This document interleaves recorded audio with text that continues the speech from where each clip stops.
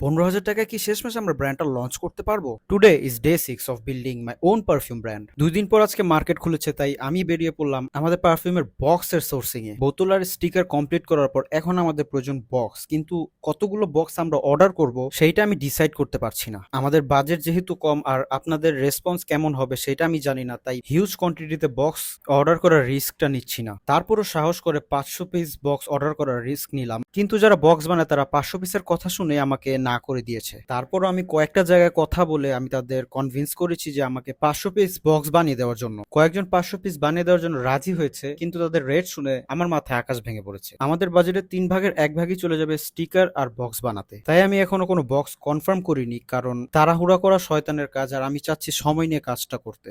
আপনাদের মধ্যে যদি কেউ কম পিসের বক্স বানান তাহলে অবশ্যই আমাকে হোয়াটসঅ্যাপে নক করবেন, আর আমরা কয়েকটা জায়গায় আরো দেখছি যে কমের মধ্যে বক্স পাওয়া যায় কিনা। আজকের ভিডিও এই পর্যন্তই। এর ঘর থেকে একটা পারফিউম ব্র্যান্ড বিল্ড করার এই জার্নিতে আমার পাশে থাকার জন্য অবশ্যই আমাকে ফলো করবেন।